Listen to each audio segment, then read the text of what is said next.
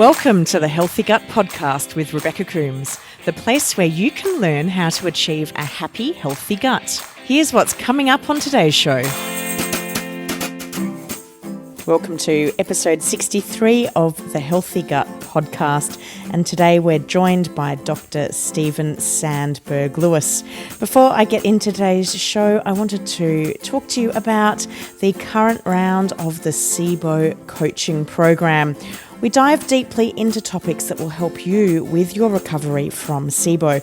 So if you find that you're really struggling with SIBO and you'd like some help to live well with this painful and often chronic condition, the SIBO coaching program could be for you. Join live and interactive webinars with myself and a team of amazing specialists to learn more about your condition. You can either sign up for the full coaching program or you can join me just for individual webinars. The choice is yours, guys. And this round, you can enjoy webinars on things like negative self-talk and mindset with Dr. Vanessa Thiel, adhesions with Alyssa Tate, how we treat long-term and chronic SIBO with Dr. Jason Wysocki, and my forthcoming live interview with Dr. Mark Pimentel on hydrogen sulfide SIBO, and something that I know I suffer with myself, and that's visceral hypersensitivity with Dr. Megan Taylor. In addition to these amazing educational webinars, I also run live group coaching sessions where you get the opportunity to meet others just like you, and we dive deeply into topics that are important to you at that moment in time. And you also get exclusive access to our private Facebook group, which is incredibly active and very supportive. So you can find out more about the program or the individual sessions if you head to today's show notes, thehealthygut.co/SSL, and you can find more information there. Now, coming up on next week's podcast, we have got our nutrition coaching session. So I'll be talking all things nutrition and diet. And this is your opportunity to join me on the show. Do you have questions you would like me to answer for you? Well, now's the time to ask them. You can head to the show notes page, thehealthygut.co/SSL, and you can leave me a voicemail or you can send me a message and say that you would like to come on the show. You might have questions around what to eat with SIBO, how to deal with meal planning, or how to combine multiple food intolerances. Or you might even have some handy hints and tips that you would like to share with other listeners. I'd love to have you on the show. If you've ever wanted to hear yourself on the Healthy Gut Podcast, now is the opportunity. So head to thehealthygut.co/SSL and you can leave me a voice message or send me an actual message and tell me if you'd like to join me on the show. And coming up this weekend in Portland, Oregon in the States, we have the SIBO Symposium, and there are still tickets if you would like to attend in person, or you can join us online. I'm going to be there, so if you are coming, make sure you let me know because I would love to meet you in person. And again, guys, head to the show notes page, thehealthygut.co/SSL, and you can get a link for the event and how to buy tickets. And don't forget, guys, if you would like to get access for free to the full transcription of this episode and all episodes in Season 2 of the Healthy Gut Podcast, you can do so by joining up for free as a member. All you need to do is head to the show notes page, thehealthygut.co/SSL, and you'll see a little box on the website that says join the Healthy Gut membership, and all you need to do is pop your name and email there and you will immediately become a member of the show, and you will receive an email that contains a link to today's full transcription. So it's great to have, particularly when brain fog is bad and you just want to read along as well as listen. On today's podcast, As I said at the start, we're joined by Dr. Stephen Sandberg Lewis, and he is a practitioner of naturopathic gastroenterology. He's been in practice for 38 years, and in 1996 he joined the full-time faculty of the National University of Natural Medicine, or NCNM, as it's otherwise known, in Portland, Oregon. He provides patient care and teaches gastroenterology courses, as well as supervising student clinicians at NUNM. He is a frequent presenter at educational seminars around the US and Canada, and he's even coming out to Australia this year and doing an event with Dr. Narala Jacoby. He has authored or co-authored a series of award-winning articles on hiatal hernia syndrome and small intestinal bacterial overgrowth. And he was listed among Portland, Oregon's top docs in the January 2014 edition of Portland Monthly Magazine. Dr. Sandberg Lewis often treats patients whose health conditions have defied diagnosis despite exhaustive medical testing or complex digestive disorders that have not responded to treatment. Areas of special focus include irritable bowel syndrome, SIBO, GERD, hiatal hernia, inflammatory bowel disease, and unrelenting nausea. Dr. Sandberg Lewis is the author of the textbook Functional Gastroenterology, Assessing and Addressing the Causes of Functional GI Disorders. And I have a copy of that book myself, and I find it fascinating reading. Dr. Sandberg Lewis joins me today to talk about functional gastroenterology. So we dive in deeply. I have been looking forward to having Dr. Sandberg Lewis on the podcast for about a year now, and it was absolutely wonderful to meet up with him in person when we were in New Orleans for the Integrative SIBO conference, and we talk all things functional gastroenterology. So I hope you enjoy today's episode.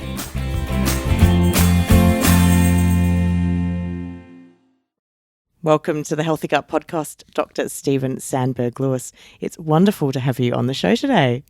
Thanks. We finally did it. We've been talking about having you come on the show for some time now, and our diaries haven't aligned, our time zones haven't aligned, but here we are sitting in a hotel room together in New Orleans at the Integrative SIBO conference run by Synergy, and we've been able to grab an hour with each other, which is just wonderful to have you come on the show. And today we're going to be talking broadly around sort of the functional medical approach to treating a condition like SIBO. But first, I'd love to start off by asking how you came to be a naturopathic doctor and so experienced in the field of gastrointestinal issues. I was in New Jersey growing up, went to Rutgers College, and I was studying psychology. My father went to a naturopathic doctor in Asbury Park, New Jersey, and said to me, "You got to meet this guy. This is really amazing." And I went and talked to him, and his name was Jerry Olarsh. I don't know if he's still in practice. That was 1972, and I'm sure he isn't. And I thought, this sounds great. He said to me, "You could do a lot with psychology to help people, but if you really understood the whole system, the mind and the body and how they work together, you could help so many more." And I thought that made a lot of sense. And at Rutgers, we had a little pet name for the school, the Rut. So I was ready for something different, and I got something different. And it's, my life has been like jumping on a really fast freight train from that moment on. It's been great. That's exciting. You do a lot of work with the in the SIBO world. You treat a lot of people with small intestinal bacterial overgrowth. Something that I see commonly is that we can often, us SIBOers, can get fixated on our small intestine and forget about the bigger picture. Why is it so important for us to think about the whole digestive tract and the whole body rather than just our small intestine, which is causing us quite a lot of bother? Well, I've taught gastroenterology for 21 years, and so I am pretty familiar with all the parts of the digestive tract and interested in all of them. Back in the early years, early 1900s, I believe, the Thomsonian herbalists believed that the seat of all disease was the stomach. And they would give people two different herbs. First, lobelia in doses high enough to make them vomit, to clean out the digestive tract through the stomach. And then they, just before they died of neurological collapse, they would, because it's a sedative to the central nervous system, they would give them cayenne to stimulate their nervous system. And that was their flushing, cleansing type approach to a lot of problems, as I understand it.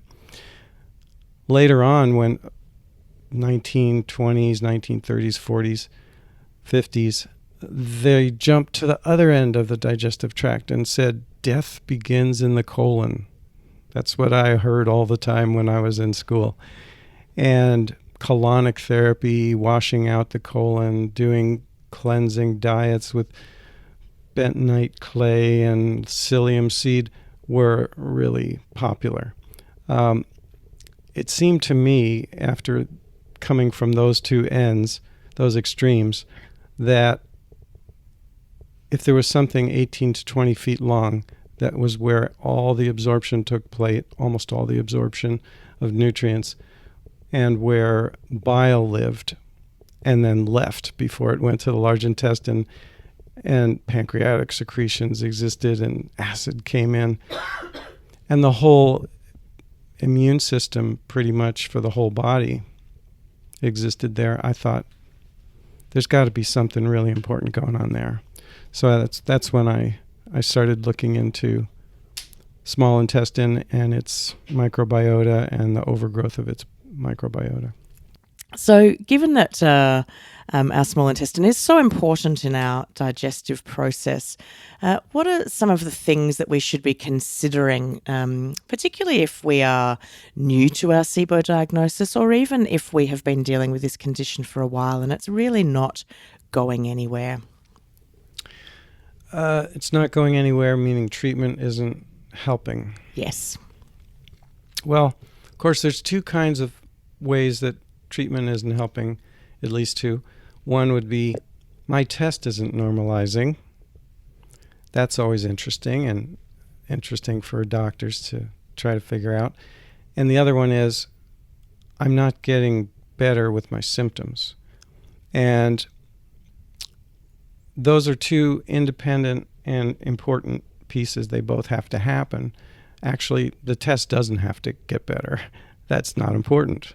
It's all that really matters is the patient needs to feel better. And we use 80 to 90% symptom improvement as our sort of marker of true success. But the test does helps to guide us. And so here's a scenario. The person's test normalizes beautifully with herbs or whatever treatment we do, but the person really doesn't feel better.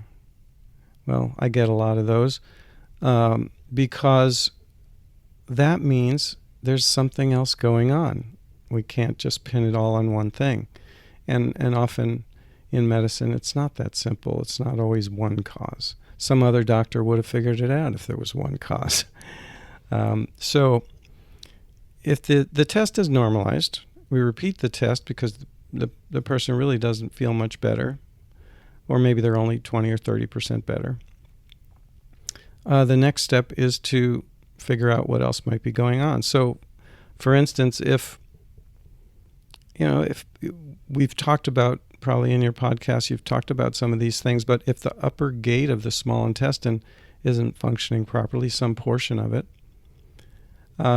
such as stomach acid and pepsin, if that's not working right, and we use a Heidelberg radiotelemetry device in our office to assess that, then really the whole some people have described the whole digestive process as a north to south process, meaning saliva is important for the esophagus flowing down.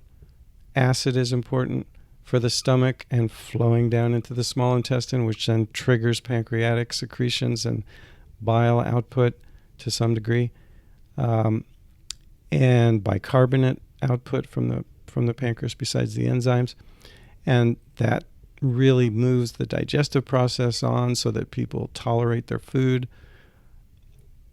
If anything's going wrong with any of those three things, bile output from the liver and stored in the gallbladder and then has to be released properly. Let's say maybe it sounds like something's going on there. Maybe the person has quite a bit of nausea. Maybe they get pain, especially in the right upper quadrant of their abdomen. We're going to get an ultrasound, especially if when we do an exam, there's tenderness in that area, called a positive Murphy sign. That almost sounds Australian. It does, doesn't it? And then many doctors, they kind of run out of ideas when the ultrasound comes back looking fine. Oh, your gallbladder looks fine. Your liver looks fine. But the next step, if they have those kinds of symptoms, is to get what's called a Hida Scan, Hida, and that is a scan that actually looks at the motility of the gallbladder and the patency and function of all the bile ducts from the liver all the way down to the gallbladder and then out through the cystic duct into the small intestine. So there's a condition called biliary dyskinesia that causes all those same symptoms as gallstones: pain, nausea, sometimes vomiting. Foods don't digest well, especially the ones containing fat. And that's a great thing to discover. There's actually a thing called an ejection fraction, and it shows you how well the gallbladder is contracting. If that's well under 35% contraction, that person's going to have all those types of problems. And then we have to work with herbs and diet and sometimes physical therapies to help the gallbladder muscles start to work again. So that's just one thing. Sometimes the right upper quadrant pain and general feeling of malaise and poor energy and feeling toxic, not tolerating foods, ends up on an ultrasound to show that the liver is opaque, meaning it's got fat deposition, usually above 15% fat in the hepatocytes, the cells that make up the liver. And fatty liver, it can be a really serious condition if that fat also triggers an inflammatory process, and then it's called NASH, or non-alcoholic steatohepatitis. So it's actually a type of hepatitis that can, in more serious cases, progress to cirrhosis of the liver, or even liver cancer. So, that's something I'm always looking for. And a lot of doctors ignore it on the ultrasound. Oh, well, got a little echogenicity there. Nothing to worry about. But it is something to worry about because it's the beginning of all types of problems, as you probably have talked about on your podcast before, the liver detoxification pathways, which take place in the gut wall as well, and the cells in the digestive tract besides the liver, but predominantly in the liver. That's so important for how you feel after you eat something or take a medicine or take an herb, whether or not you're going to feel like you're poisoned or whether your liver detoxification takes care of it, so there is no poison. It's all neutralized. So, that's just the right upper quadrant. Some of the more common things that can happen there, and that's talking more about bile and the liver. Hypochlorhydria is a big one. Some people have it iatrogenically, meaning doctor-induced or treatment-induced because of proton pump inhibitors. And some people just naturally have it. the textbook, most common textbook of pathology in the United States, Robbins, it's now written by Cecil Robbins, wrote it for many years, was the lead author. Robbins' Pathology, or Pathologic Basis of Disease, states in there that well over 50% of people after age 60 or so have atrophic gastritis, which means they have fewer parietal cells and therefore decreased production of acid and intrinsic factor for absorption of B12. Those cells make both acid and intrinsic factor. So that's a big factor and really common. And then pancreatic insufficiency, that's the kind of picture where the typical picture with pancreatic insufficiency is that the person, again, doesn't do well with fats, but they don't do well with carbohydrates, and they don't do well with protein either. The reason being, the pancreas produces enzymes to digest all three. So we often do a stool elastase test or a stool chymotrypsin test. Those are two pretty reliable tests for pancreatic enzyme output. And if that's the problem, we work with enzyme replacement or different treatments to try to stimulate the pancreas to work better. That can turn everything around. And that in the standard classic picture, pancreatic insufficiency is the patient who not only has those kinds of problems with all types of food, but they can't gain weight, they're underweight, they're at the bottom of their body mass index or lower, and they just can't gain weight, and that in itself is a problem. They often have malabsorption of fat, which you can see in the stool if you test it. That's called steatorrhea. And they tend towards looser, more frequent stools. Occasionally they have constipation, but more typically those are the diarrhea, very underweight patients. So that's just the upper gate, the three magical fluids that, or more fluids that are produced in the upper portion and drain into the small intestine. What about things like bloating? I often hear from people saying, I got a clear SIBO test, but I'm still bloating all the time. Does that mean my test was incorrect, or should I be considering something else? What do you do with your patients if bloating still remains present for them? Yeah. Well, the most obscure cause of that, of course, is Abdominopelvic Dysenergia, which is a uncoordinated diaphragm together with the external abdominal muscles on the outside of the abdomen. And that requires some breath training and sometimes biofeedback to re-educate the diaphragm to properly relax after the meal is eaten, and to allow to retrain the external abdominal muscles to contract so that you don't get this intense bloating. That's kind of the most maybe one of the more obscure ones, and there are some dangerous ones such as ovarian cancer in women. Sometimes presents that way, but probably what I would look at more would be enzyme deficiencies, acid, pepsin, pancreatic enzymes, or even the alkaline secretions, the bicarbonate from the pancreas or the bicarbonate from the Brunner's glands of the small intestine. And of course, there's carbohydrate malabsorption, which can be related to that, but it can also be related to conditions that affect the small intestine membrane so that the disaccharidases aren't there to digest the sugars,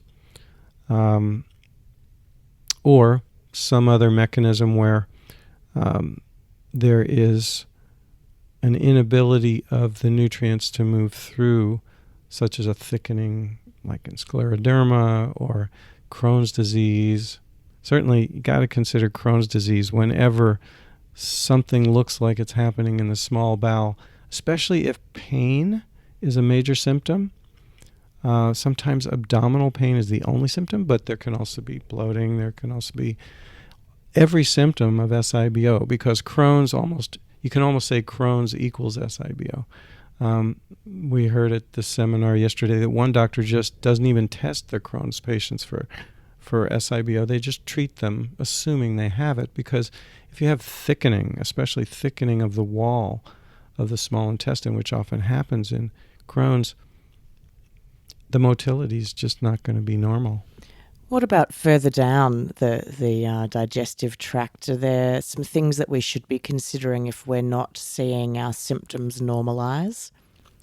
So as we move down, we end up, of course, at the ileocecal valve, and I wrote a whole chapter on that in my textbook. But that's an interesting thing. Lenny Weinstock, when I asked him to take a look at my book, he sent me back an email and he said, I have to have an open mind to believe in an open ileocecal valve.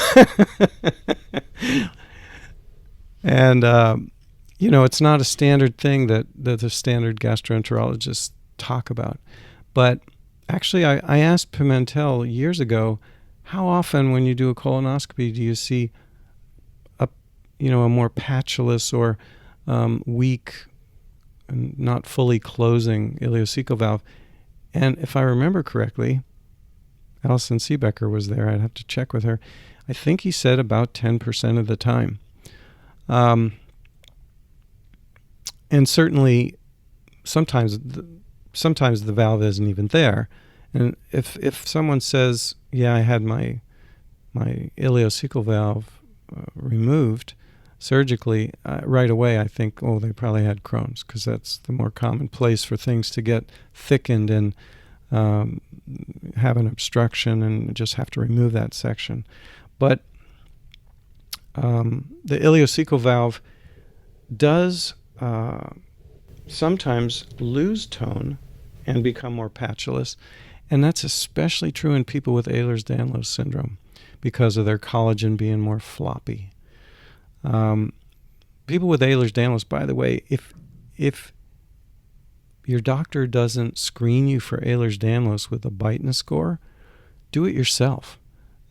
Just Google Beighton score or Ehlers-Danlos syndrome, and this nice red full-page graphic will come up and show you how to do a Beighton score. It's just a series of 5 or 6 joint mobility tests that you can do, and for people under 50, if it's 5 or higher on the positive, that's a very strong indicator that they may have Ehlers-Danlos syndrome. And for people over 50, a 4 is a positive, because we get less flexible over time. And what is it? Ehlers-Danlos syndrome is, there are actually many kinds, almost 6 or 7 kinds, I believe, and all of them are extremely rare, except for the joint hypermobility type. That one probably occurs in about 4% of Americans. I'm not sure the rest of the world. Except there are some tribes in Africa where it's as high as almost 60%, very flexible people. But it's one of the genetic collagen conditions that just alters the structure of collagen. And in this case, in the joint hypermobility type, it causes collagen to be less elastic and more floppy. It just doesn't hold. So if your listeners aren't familiar with collagen, it is it's basically the protein that holds together all the tissues. So it makes up tendons and ligaments, and it's involved in bone and skin. And hyperelasticity or floppiness, sometimes you hear the term hyperelasticity, but I think just kind of looser is probably a better term for it. when that happens, people are really prone to the ileocecal valve being more loose and open, and therefore it's not preventing as much of the reflux from the cecum into the last portion of the small intestine, allowing trillions of bacteria per gram to enter what is normally a low load system. Normally, of course, if the microating motor complex is working well, it moves things back down, but it's going to have to work really hard if it's never really closing fully. Those folks also tend to have sliding hiatal hernias, which can cause a lot of symptoms in the digestive tract, along with, besides reflux, nausea, and non-GI symptoms such as a lot of cardiac arrhythmias. Even some of the more severe ones can be triggered, such as atrial fibrillation, and that's pretty well proven by research. And anxiety is a big one because it locks up the diaphragm somewhat. Then people aren't using their diaphragm to breathe properly. They feel like they have shortness of breath. And just like asthma, it can be very anxiety provoking. So those two conditions are more common with Ehlers-Danlos. They're also more prone to prolapse. So I always look very carefully, even if the patient tells me, oh yes, I had a normal colonoscopy, or I had a normal x-ray or a normal CT of my abdomen. I take a really close look at it, and often I'll find in those patients that their transverse colon is prolapsed. It's U-shaped instead of going straight horizontal. And that can cause a lot of symptoms because it's creating a lot of pressure on the small intestine, even if they don't have adhesions from endometriosis or surgery or some other condition like an appendix that perforated. They still can have all that pressure, especially if they're constipated. A lot of stool can gather in that prolapsed transverse colon. It becomes longer, tortuous sometimes, but especially longer. They call that a redundant colon. And it can hang down as low as the uterus and the bladder and cause symptoms that seem like interstitial cystitis, which we always think, oh, that goes along with hydrogen SIBO, or hydrogen sulfide SIBO. But it also goes along with having a big loaded log jam of stool in your prolapsed transverse that's sitting on your bladder. So yes, looking all the way down toward the end is pretty important. And I just not to leave it out would be rectal disinergia, just as we talked about abdominophrenic at the top or on the outsides. Rectal disinergia is when the normal relaxation of the external sphincter of the rectum doesn't take place when the person has the urge to have a bowel movement. So they strain, and normally that outer sphincter is going to relax and the stool just comes out. But in these people, when they have the urge to have a bowel movement and they strain to have a bowel movement, the external sphincter tightens. It's like trying to take your car out of the garage without opening the garage door. It doesn't happen, or you have to break the door down.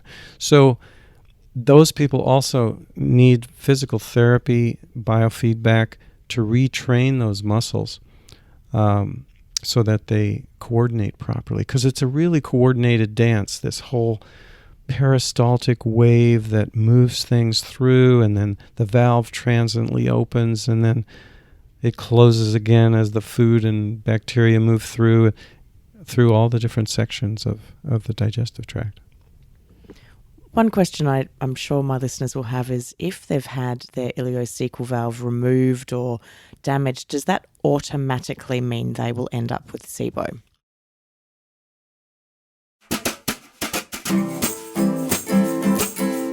That's a good question, hey?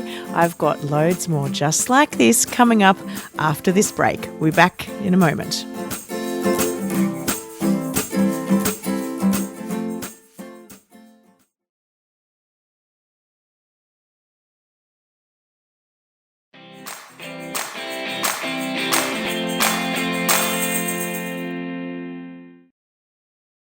One question I'm sure my listeners will have is, if they've had their ileocecal valve removed or damaged, does that automatically mean they will end up with SIBO? The fascinating thing is, according to research, and I think this was Johns Hopkins, it doesn't always. If they really have an intact migrating motor complex, they may not necessarily. It's definitely true that if you have an open ileocecal valve, the research says you may not have bacterial overgrowth if you have things intact. But very rarely do people have an MMC that's intact if they have other GI problems. I mean, it's a pretty common issue. And especially if they have anxiety, or take medicines for chronic pain and all the other, these many different causes of changes in motility through the small bowel. They don't have to have it, according to the research, even if the valve is somewhat open. But if it's gone, and there's just this open highway, it's a miracle if they don't have it. And so those people, I used to call it incurable SIBO, but it kind of sounds hopeless to people. So I just talk about that with other doctors. But if I'm talking to the patient, I'll say, you have rapidly relapsing SIBO. And so you're going to, because we can't treat that, there's no valve, we can't make an artificial valve, we're going to have to constantly be in prevention mode, major prevention mode, and we usually do periodic cycling of herbs. So we might use berberine-containing herbs for 2 weeks, and then we'll switch to an allicin extract for 2 weeks, and then we'll switch to an oregano extract for 2 weeks, and then we'll start all over again. And that, along with the right prokinetics for that patient and the right diet, often works really well. Let's talk about prokinetics, laxatives, peristalsis, migrating motor complex, particularly for those people that are just starting out. This can often feel quite overwhelming, and they think, I don't know what any of that means. So I'd love for us to just, if you could give people an explanation of the difference between, say, peristalsis and the migrating motor complex, and then how we can use certain herbs or supplements to support those functions, and what also people can be doing if they suffer from chronic constipation or, on the opposite side, chronic diarrhea. Okay, that's a long question. So if I veer off course, remind me where the road is. And I teach a 2-hour lecture on GI motility, so I'll try to not include too much. I think the basic thing to remember is, number one, peristalsis is progressive, organized movement from mouth to anus. You might call it the law of the gut. Sometimes they call it that, because that's what the gut's good at. It knows how to do that. It doesn't even need the brain to do that, the brain in the head. It's got its own brain that does that, called the enteric nervous system.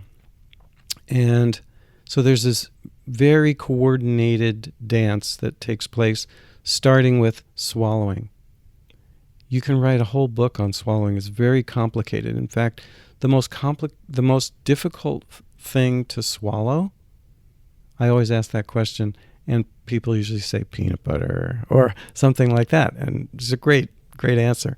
The real answer, though, is water. Water is the most difficult thing to swallow, because the brain tries, within the mouth, it takes the bolus of food or liquid, the liquid that's in the mouth, and tries to figure out what's the shape. So it'll know how to coordinate the muscles to swallow properly and not choke. And water has no shape. There's a recent movie called The Shape of Water, but it doesn't have a shape. And therefore, the brain doesn't really know what to do with it. So often people that have motility disorders in the esophagus, people like with ALS or other neurodegenerative diseases where they have problems like that, they have to thicken all of their food like a smoothie, so it has some kind of shape. Their brain can make some kind of sense of it. Water's a real problem. Or using a straw to give it some kind of shape, at least initially when it's in the mouth.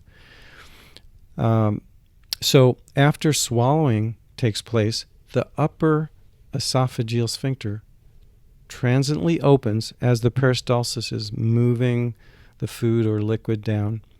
Upper esophageal sphincter, its job is to keep air out of the stomach. So it opens, lets the food move through, then closes right away. Peristalsis continues, moves food down to the lower esophagus, where the lower esophageal sphincter is. Its job is to keep stomach contents out of the esophagus. And it transiently opens, food moves through, it closes. Now the food's in the stomach. In the stomach, there are 3 layers of muscle that just sort of knead the food like kneading bread. Very amazing system in there. And there's all these different hormones and factors that control how fast the stomach releases the food, empties the food into the small intestine.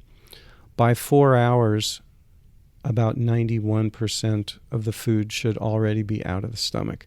In fact, that's another test we often order, is a gastric emptying study. And we do, for the person eats a radio-labeled meal that can show up on X-ray, and each hour they have an X-ray to see how much food is still in the stomach, because gastroparesis or delayed gastric emptying is a big issue that can cause abdominal pain, upper abdominal pain, nausea and or vomiting, and weight loss if there's enough vomiting of food. Gastric emptying is really important. Once the food moves through into the small intestine, we have the big difference between the small intestine motility and peristalsis and the large intestine. The small intestine, most of its motility occurs when you're fasting. So after you haven't eaten for 4 hours, definitely 5 hours, the migrating motor complex or housekeeper wave of the small intestine starts activating. Every 90 minutes, it's going to move food through from the stomach to the ileocecal valve, all the way through the 18 to 20 feet of small intestine. Do that for a period of minutes, and then it rests, and then it starts up again about 90 minutes later. And it does that until you eat. Once you eat, breakfast, say, after a night, it stops. And what about when you drink? Does it stop when we have water? As far as I know, water has no effect on it. Once the breakfast is eaten, migrating motor complex stops, but the large intestine actually gets triggered. There are 3 different reflexes that take place, 2 of them in the morning.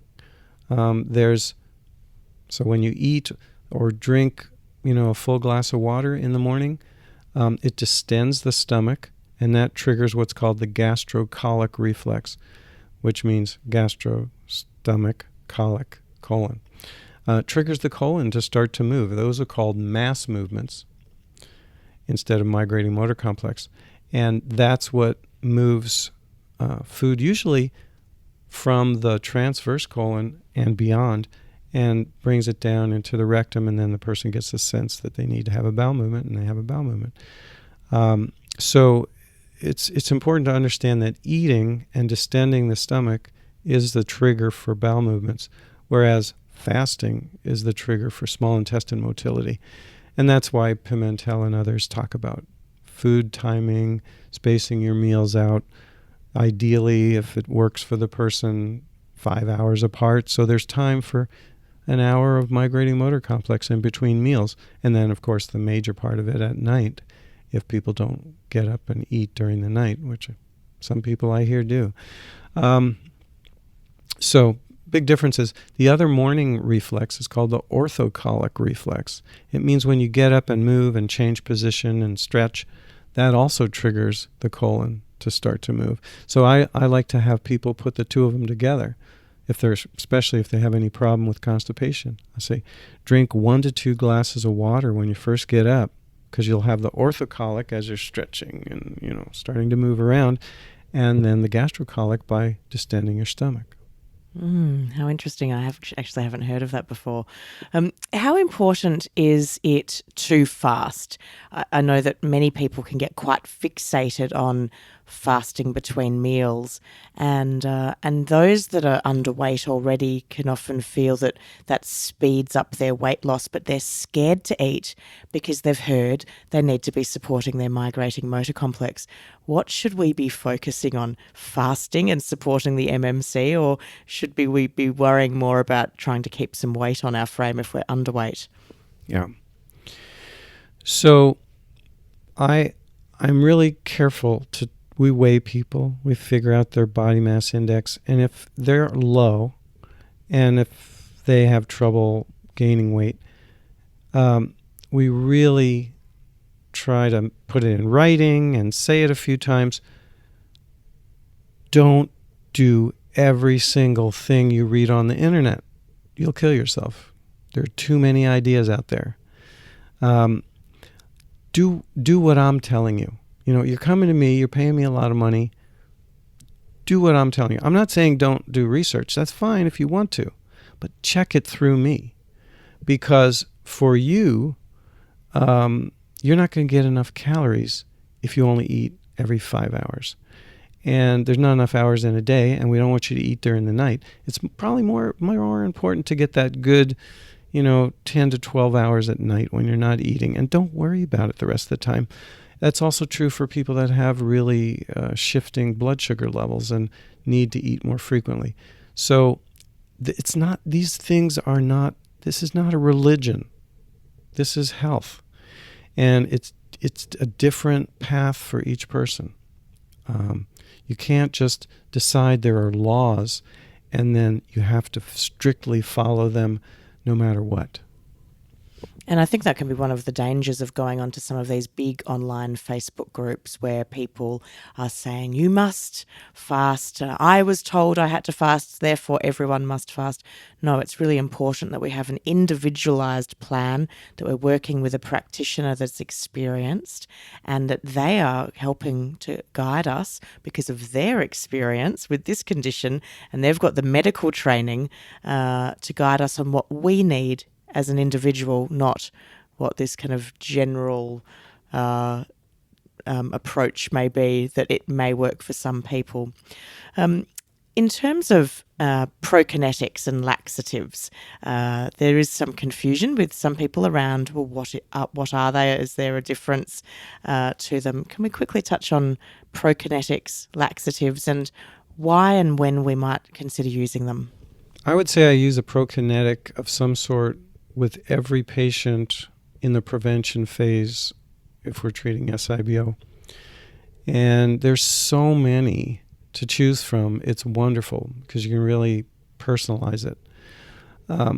Prokinetics are natural substances or prescription items that help increase either the migrating motor complex in the small bowel, gastric emptying in the stomach, or colonic movement to actually produce a bowel movement. And so some have more action on the upper digestive tract, some affect the whole digestive tract, and some more just on the lower digestive tract. Things like laxatives, there are many different mechanisms by which they work, but they're pretty much focused more on the large bowel, things that we call laxatives. But prokinetics, like for instance ginger, work in the upper digestive tract. That's why it's so good for nausea. Really help with delayed gastric emptying. A drug that really helps with delayed gastric emptying is erythromycin. That used to be used as an antibiotic, but rarely is ever used for that anymore now that we have zithromycin. But we use it in about 1/15 of the dose that was antibiotic to stimulate the migrating motor complex, taken at night, once a day at night. And for people with true gastroparesis or delayed gastric emptying, sometimes we also use it 15 to 20 minutes before meals as well. But all in all, for a whole day, they're still not getting enough to even get a single dose of what used to be a 3-a-day dose to treat infection. So there's those, and they're pretty inexpensive and pretty well tolerated. The problem with erythromycin, though, is it can interact with some other drugs that affect the rhythm of the heart. So we're always checking to see what other medicines, if someone's on prescription medications, to see whether the erythromycin might be contraindicated. For people that have more constipation, we tend to go for things that also activate the large bowel. The prescription item that is sort of my first approach there is Procalipride. Its common name in the United States is Resolor, and in Canada is called Resotran. And that one affects serotonin receptors and really has pretty good effects throughout most of the digestive tract. It's definitely going to help a lot of people produce a bowel movement if they're constipated. I tend to go more with, if it's a prescription, I go more with erythromycin for people that have had SIBO with predominant diarrhea.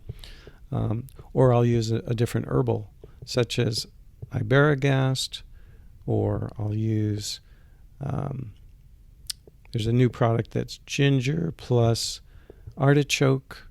That's kind of nice because we make the analogy there that when you take artichoke, it helps move bile.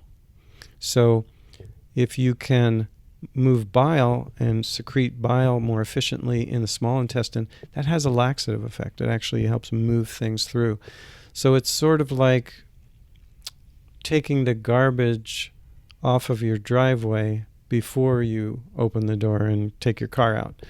And then the ginger helps to move your car out of the driveway, which is the stomach, out of the garage.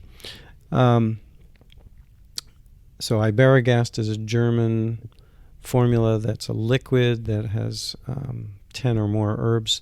The premier herb there is Iberis amara, which is used for all kinds of GI problems, including gastroparesis. And it has some peppermint in it. So occasionally a bigger dose of it will cause some aggravation of reflux. So it's not our first choice for people with reflux, but some people with reflux, it actually gets rid of their reflux because there's a lot of herbs in there, not just peppermint.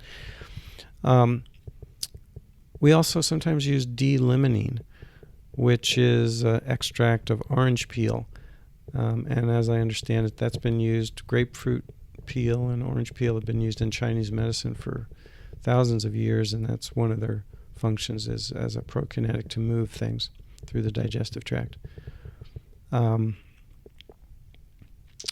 Those are some of the more common ones. There's also a product called Modal Pro that combines, it's really smart. They just looked at all the research, anything in the natural world that had an effect on motility, and so they put 5-HTP as a precursor to serotonin, since the serotonin is one of the major factors that triggers and controls motility through the gut. They put in some B6 to help activate that and help it convert. They put in ginger. They put in melatonin. So there are many, many choices. I've used Modal Pro for the last couple of years, and it works really well for me. I really enjoy it. And one of the first things I said to my practitioner when I started it was, I feel amazing after using this. It really made a big difference. To finish up, how important is it to you for us to get that all clear SIBO test? Is that the holy grail for us to end up with this kind of flatline or what we would consider negative breath test? Or is it more important for us to feel better and not worry so much about the test results? Yeah, you don't want a flat line. You do, a negative is nice. But again, what I tell my patients is do a test. If you have SIBO, we're going to treat it. If you're 80 to 90% better with your symptoms after treatment and remain so during the prevention phase, which is initially 3 months, you don't need to do another test. I'm not going to change the treatment. If you're coming in saying I'm 95% better, this is terrific, I'm not going to change anything if your test comes back still positive. I'm just going to stay in that prevention mode.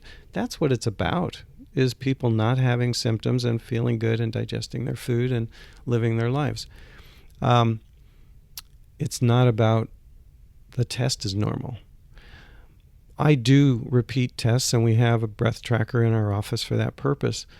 I repeat tests, for instance, if I'm treating somebody for methane SIBO and they have high baseline methane, I'll have them come in, stop in the office, and have a single, what we call a spot methane, after a month to see, is the herbal treatment working?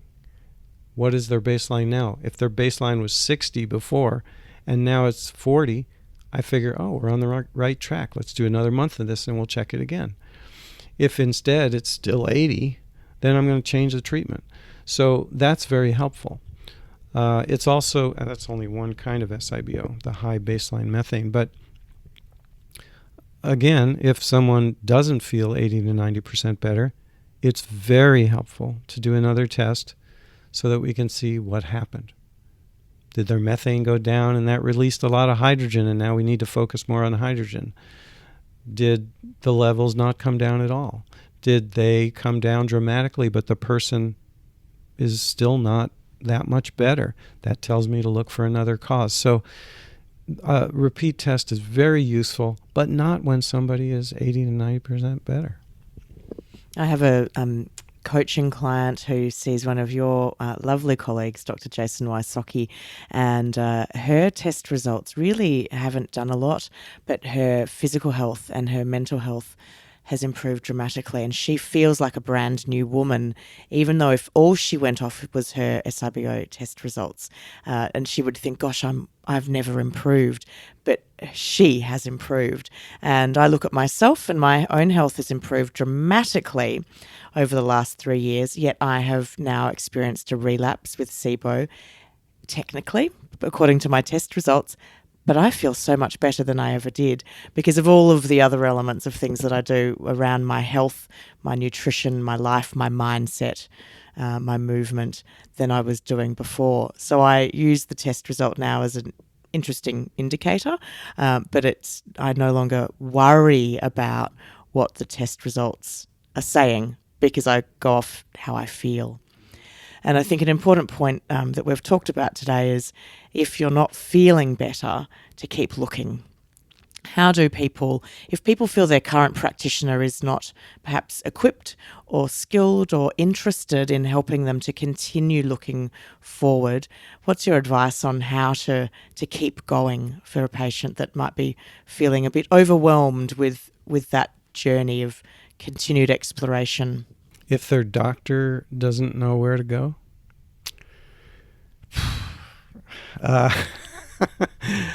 Well, you got to find a different doctor or you have to figure it out yourself. And, there's a saying that the doctor that treats themselves has a fool for a patient. So it's kind of tough to treat yourself. I don't envy anybody who is stuck in that situation, but with SIBO, I suppose that can really happen because very few physicians understand it. And I don't think any of us do, even those that know the most. I've only been treating this in a major way for the last 9 years. I've been in practice for 40 years. So to me, that's relatively new. I mean, I've been focused on the digestive tract for the last 21 years. But yeah, this is a field that we're on the leading edge of. Dr. Seebecker and I and Pimentel and Lenny Weinstock and doctors at Johns Hopkins here in the United States. I mean, we just kind of came up with all this stuff, and we're developing as it goes along and putting the research together. It's not a static situation. It's not at all. Now, you have a fantastic book, which you've just actually released a new edition of. If people would like to read your book or connect with you, how can they find more about everything that you do? I'm always impressed that non-medically trained people read my book, because it really is a textbook. I don't explain terms. It's you're going to have to Google a lot of terms, but some people just love reading that technical stuff. So, I put everything in the book that I wanted to have in a book for my students. It's called Functional Gastroenterology, and the subtitle is Assessing and Addressing the Underlying Causes of Functional GI Disorders. But Functional Gastroenterology will get you there. Stephen Sandberg Lewis, and it's on Amazon. That's the only place it's really sold right now. Another place, there's podcasts and all these things like that. If you Google my name, you'll find all those things, YouTube videos and things. But I'm very proud of my Townsend letter, that magazine, the health magazine. I have a monthly column in there now since last summer, and I just, write a page or two of musings on some nerdy topic about the digestive tract and make it nice and bite-sized. So feel free to take a look at those too. It's called Functional Gastroenterology Bolus, B-O-L-U-S, because bolus means, remember we talked about the shape of the food in your mouth? Bolus is a little ball of food. So this is like a little bit of GI information each month that's very useful and tasty. Well, thank you so much for coming on the Healthy Gut podcast today and sharing your great knowledge on all things functional gastroenterology. And I'm sure that my listeners have had some great insights around some things that they might be able to look into around their condition and what else may be going on. There's so many things that we could have dived into quite deeply, and that could be whole other podcast episodes. But thank you so much, Dr. Stephen Sandberg Lewis, for coming on the show today. You're welcome.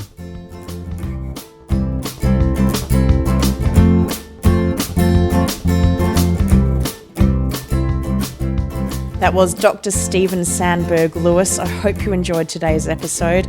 Don't forget that you can get the show notes at thehealthygut.co/SSL.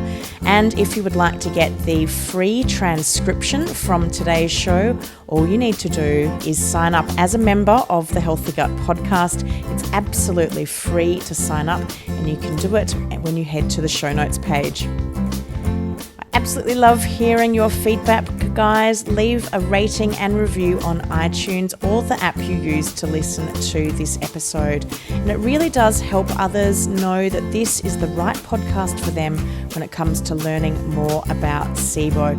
And it makes my day when I see your feedback. So do leave me a message. It just is wonderful to see what you think about this podcast. And come say hi to us on Facebook, Instagram, Twitter, YouTube, Pinterest, and Google+. You just need to search for The Healthy Gut and our page will come up.